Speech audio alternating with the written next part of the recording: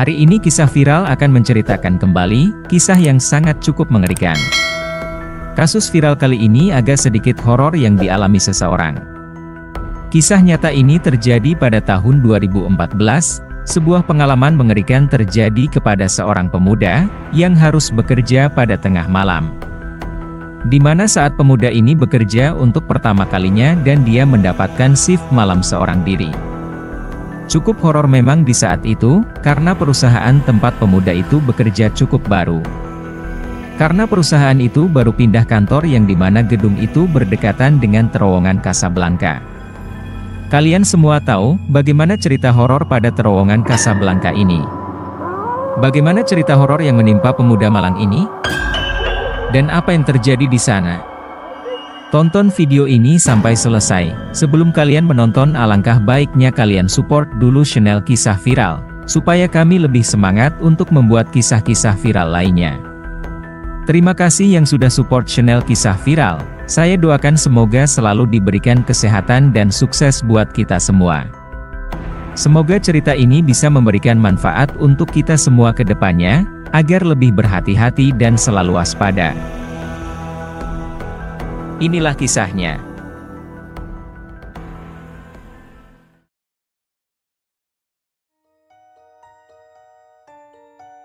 Kisah viral kali ini akan menceritakan kisah nyata yang dialami oleh seorang pemuda di Jakarta. Di mana kisahnya itu cukup horor.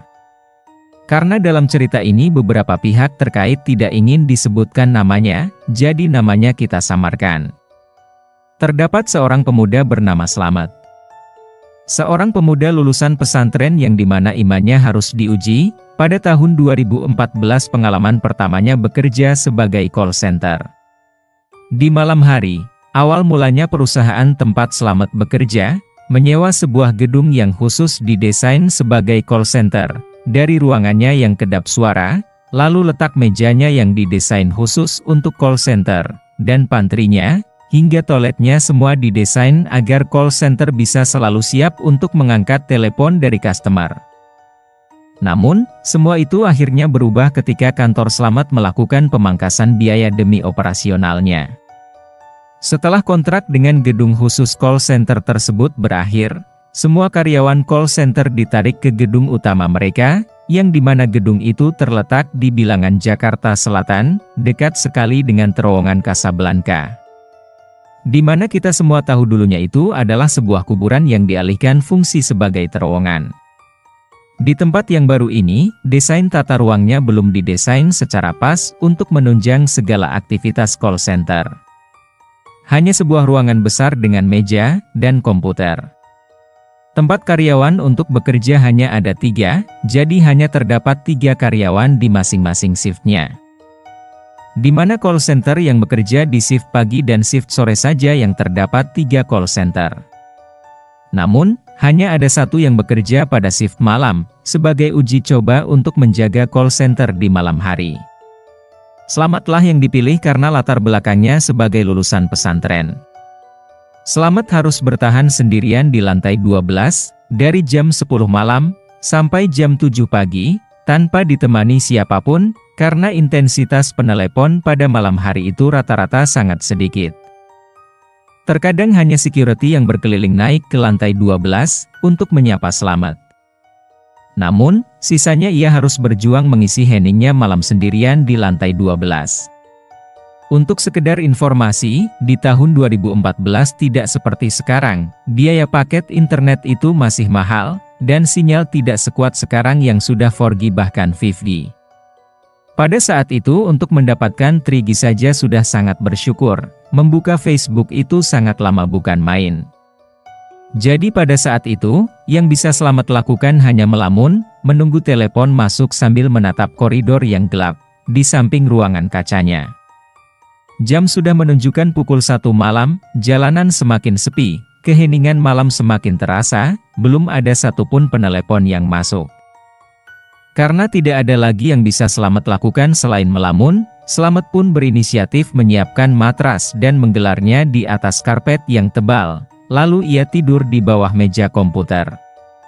Ia tidur sambil menggunakan headset, Karena dering teleponnya bisa membuat ia langsung terbangun jika ada telepon dari customer.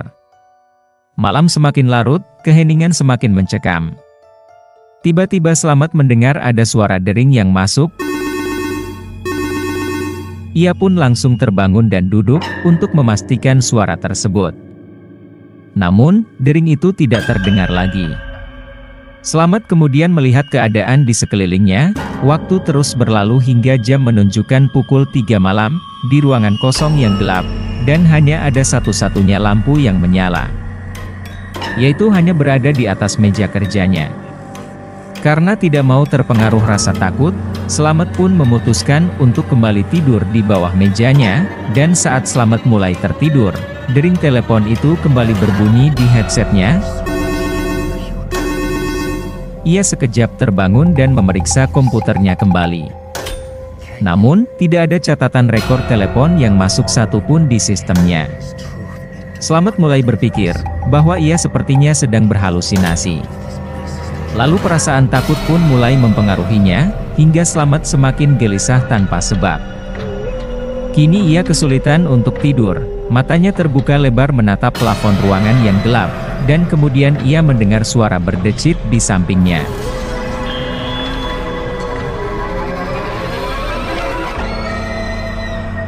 Ketika ia menoleh ke arah kolong meja, ia melihat kursi kantor yang berada di seberang mejanya bergeser dengan cepat, hingga menabrak meja seperti ada yang menarik dan melemparnya ke belakang.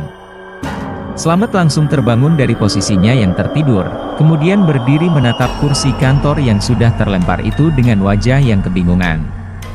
Karena karpet di ruangan kantor tersebut terbuat dari bahan yang sangat tebal, sehingga tidak mungkin roda pada kursi itu bisa bergeser jauh, bahkan terlempar sampai ke belakang. Slamet semakin terkejut, karena tiba-tiba dikagetkan kembali dengan suara dering telepon yang masuk ke dalam headsetnya. Di layar komputernya terlihat jelas tampilan suara incoming call. Ia pun segera duduk di bangkunya, mengambil nafas untuk menenangkan diri, kemudian menekan tombol accept untuk mengangkat telepon. Selamat pagi, dengan Slamet, bisa kami bantu? Halo, selamat pagi dengan Slamet, bisa kami bantu? Berulang kali Slamet menyapa namun tidak ada respon dari si penelepon. Dan ketika Slamet menyapa hingga ketiga kalinya. Selamat pagi dengan Slamet, bisa kami bantu?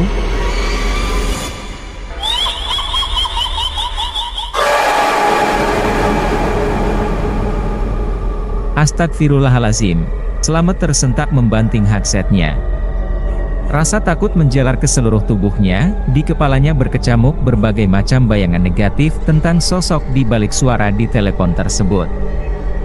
Ia hanya punya dua pilihan di kepalanya. Skenario pertama, ia lari meninggalkan ruangan tempat ia saat ini, lalu berlari di kegelapan menunggu lift sampai naik ke lantai 12. Dengan resiko di dalam lift, ia melihat sosok yang tertawa tadi, atau bahkan lebih buruk lagi. Slamet memikirkan setiap lift terbuka ia membayangkan sosok tersebut sudah menunggunya dan akan mengagetkannya di depan mukanya.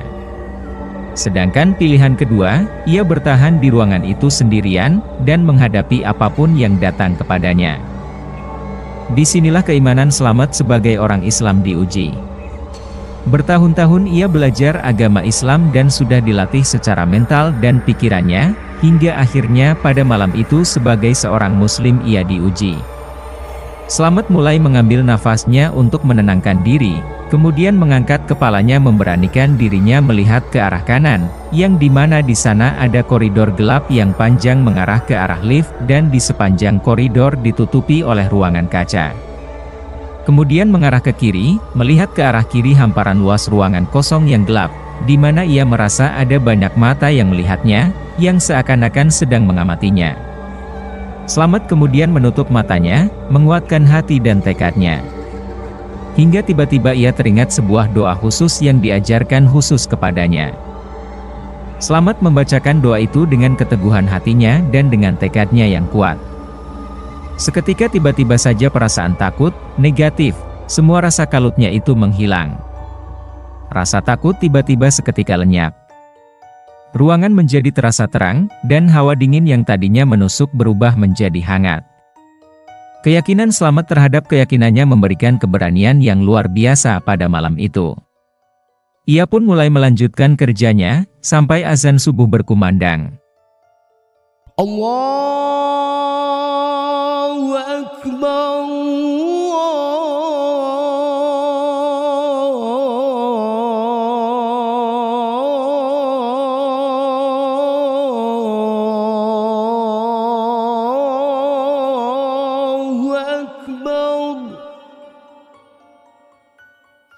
Dan tidak ada satupun gangguan yang ia terima setelah itu.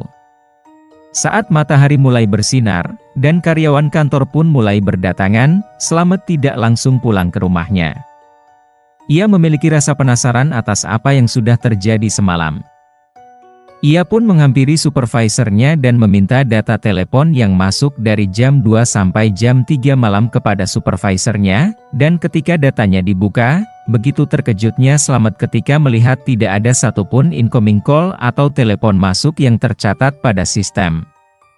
Pada jam tersebut yang ada hanya jam 7 pagi di mana shift dia sudah digantikan oleh temannya. Supervisor Slamet pun akhirnya ikut penasaran dan menanyakan apa yang sebenarnya terjadi, kenapa Slamet meminta data-data ini. Slamet pun akhirnya menceritakan apa yang sudah ia lalui malam itu sendirian kepada supervisornya. Sontak supervisor Slamet pun ikut terkejut mendengar hal tersebut, dan langsung meminta Slamet agar tidak menceritakan hal ini kepada yang lain. Karena jika cerita ini menyebar, ditakutkan terjadi hal-hal buruk, dan mempengaruhi sugesti-sugesti pada rekan-rekan kerjanya, yang nantinya juga akan berjaga malam hari. Setelah menyetujui permintaan dari supervisornya, Slamet pun langsung pulang. Saat sampai di depan gerbang ia bertemu dengan Mas Anto, yaitu security yang semalam berkeliling dan berjaga di kantornya. Slamet pun menanyakan kepada Mas Anto, kenapa pada jam 3 tidak ada. Padahal saat itu dia sedang membutuhkan pertolongan. Mendengar hal tersebut Mas Anto langsung menghela nafas, dan mulai menceritakan apa yang terjadi padanya. Begini kejadian yang sebenarnya saya alami. Jadi, pada malam jam setengah 3, Mas Anto mulai berjaga berkeliling naik ke lantai 12, untuk memeriksa karyawan yang masih di dalam kantor. Ia pun sempat melihat Slamet sedang tidur kala itu. Ia pun memutuskan untuk ikut istirahat di salah satu ruangan tepat di sebelah ruangan yang Slamet pakai. Tepatnya di sebelah ruangan Slamet, di samping koridornya itu ada ruangan lagi yang dimana ada sofa. Disitulah Mas Anto memutuskan untuk istirahat. Mas Anto masuk ke dalam ruangan itu dan tidur di sofa sambil menunggu jam berkeliling lagi. Namun, saat Mas Anto memejamkan matanya, ia seperti merasa ada tiupan angin yang berbau busuk di depan wajahnya. Hingga ketika Mas Anto membuka matanya, ia melihat sosok kuntilanak melayang tepat di atas wajahnya. Mas Anto langsung teriak dan jatuh dari atas sofa, namun anehnya Slamet tidak terbangun. Ia pun lari ke arah lift dan menekan tombol dengan cepat, namun lift masih berada di lantai 1 dan tidak bergerak. Karena sosok kuntilanak itu masih terlihat berada di ruangan tersebut dan masih melayang di atas sofa, ia pun lari menuju lantai darurat dan turun dari lantai 12 ke lantai 1, hingga kaki Mas Anto langsung lemas dan sakit. Pada akhirnya Pak Anto menghabiskan banyak waktunya di bawah untuk memulihkan kakinya yang sakit setelah ia harus terpaksa turun dari lantai 12 ke lantai 1 tanpa lift sambil lari. Sepertinya target kuntilanak tersebut ingin mengusir Mas Anto, karena target dia sebenarnya adalah si Slamet. Mungkin ia ingin mengganggu keimanan Slamet, namun sepertinya Slamet menang pada malam itu, dan keyakinannya kepada Allah yang sudah menjaga dia dari martabatnya sebagai manusia, dan dari segala mara bahaya. Lalu setelah itu hari demi hari berlalu, dan tiba-tiba ada banyak cerita mengerikan yang menyebar di kantor. Cerita yang beredar itu bukan dari Slamet, melainkan dari rekan-rekan kerjanya yang kebagian shift malam saat itu. Hingga 1 minggu kemudian entah apa yang terjadi, manajemen perusahaan memutuskan untuk semua shift malam dirumahkan, dan masing-masing dari personil call center shift malam diberikan laptop dan headset, untuk menerima telepon dari rumah. Semenjak dari kejadian itu Slamet mendapatkan pelajaran yang berharga bagi hidupnya, bahwa hati yang kuat dan keimanan yang kuat terhadap Allah, yakinlah Allah akan memberikan keberanian yang luar biasa untuk menghadapi berbagai macam cobaan, termasuk persoalan hidup antar manusia. Teman-teman, semoga kisah nyata ini bisa jadi pelajaran bagi kita, dan terutama bagi karyawan yang sedang lembur di malam hari, atau yang sedang mendapatkan shift malam.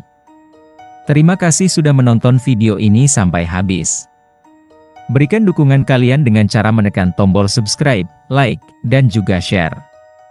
Semoga kisah ini bisa menginspirasi kalian di luar sana, agar senantiasa lebih berhati-hati dan selalu berdoa, agar selalu dijaga dan dilindungi oleh Allah Subhanahu wa Ta'ala. Silahkan tuangkan pendapat kalian di kolom komentar atas kisah ini. Sampai bertemu lagi di cerita kisah viral selanjutnya.